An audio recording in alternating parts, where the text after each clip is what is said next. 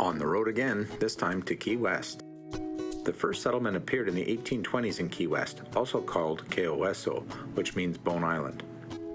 It was called this because the indigenous Caluso tribe used the island as a burial ground. For many years, Key West was the largest town in Florida, and it grew prosperous on revenues collected in wrecking and salvage. Next to the Southernmost Point Buoy is a cement telegraph hut. This hut housed an underwater telephone cable that connected Key West to Havana in 1921. The Southernmost Point Buoy was established as a tourist attraction in 1983. While technically not the southernmost point of the United States, this is as far as we can go without entering the nearby naval base. And there's a gift shop.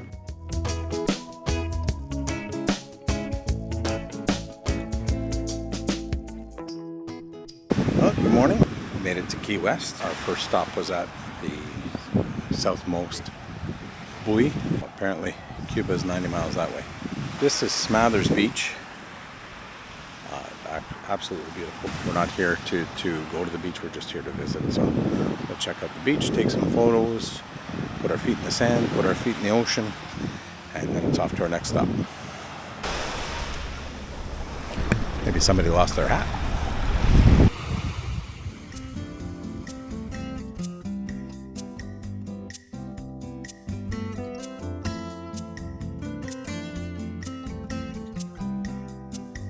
West Martello Tower was completed during the American Civil War as an artillery battery supporting Fort Taylor. It saw no battle action, but it was used as a target.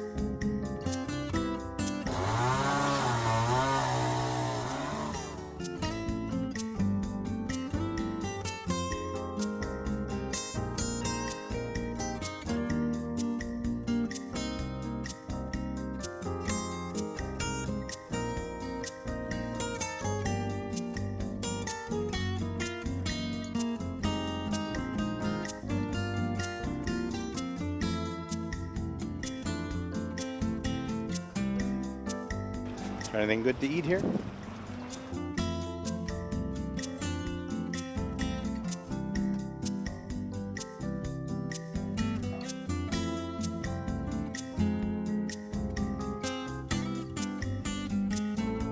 Fort Zachary Taylor State Park was named after Zachary Taylor, the 12th U.S. President. More commonly, it's known as Fort Taylor. Construction of the fort began in 1845 as part of the mid-19th century plan to defend the southeast coast of the United States through a series of forts after the War of 1812.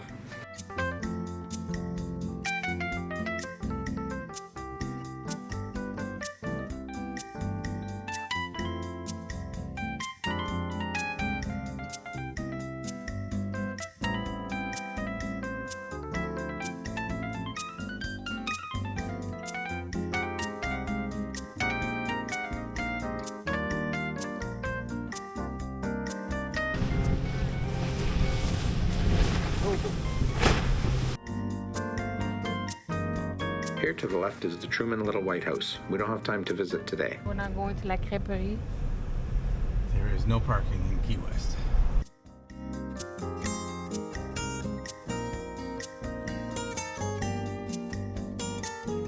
Let's leave the truck at Caroline Street near the iconic Cuban Coffee Queen. This looks like a good place for a sticker. If you're visiting and you find our sticker, let us know in the comments below, or take a picture and tag us.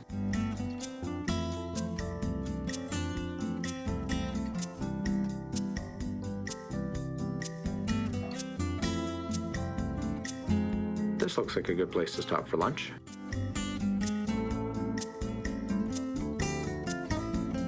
A little pricey, but man, was that good.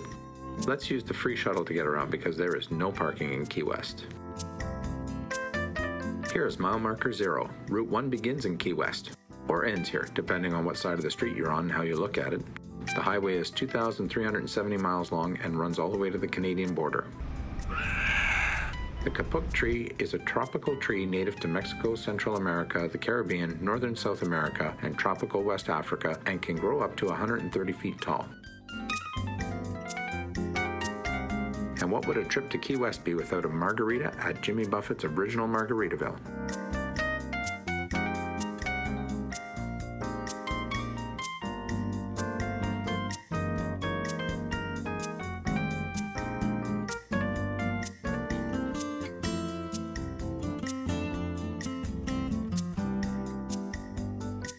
Rumor has it the Kermit has the best key lime pie in the Keys. Only one way to find out.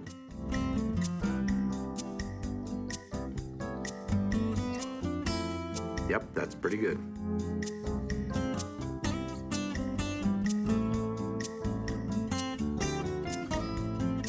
Let's pop into Sloppy Joe's, a former hangout of one of Key West's most famous residents, Ernest Hemingway.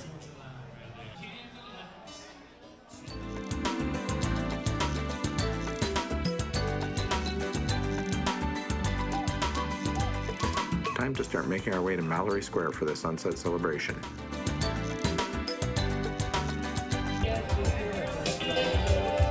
There is so much live music in Key West.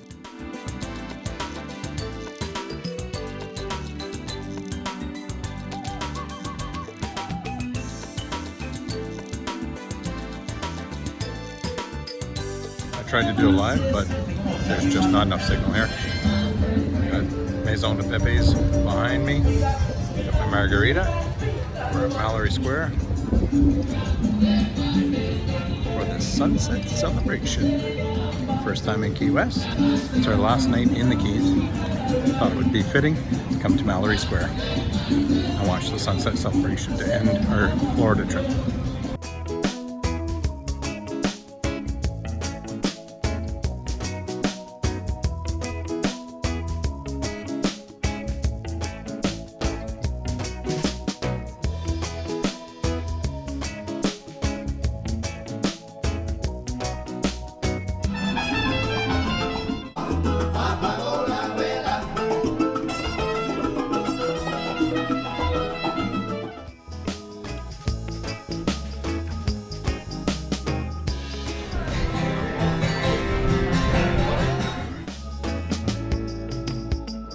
Here's the Clinton Square Market, a former U.S. Coast Guard coal depot. Did I mention there's a lot of live music? Clothing optional bar? Maybe some other time. Time to eat.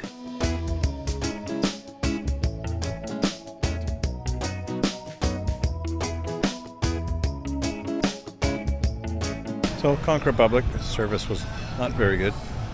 Food was okay, but not great. Anyway, so now we're taking a walk along the harbor.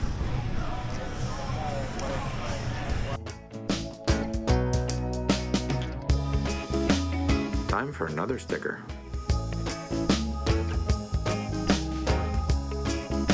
And more music.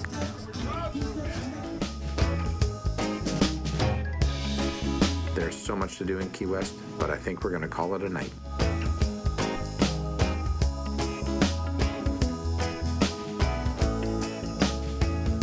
Cheers.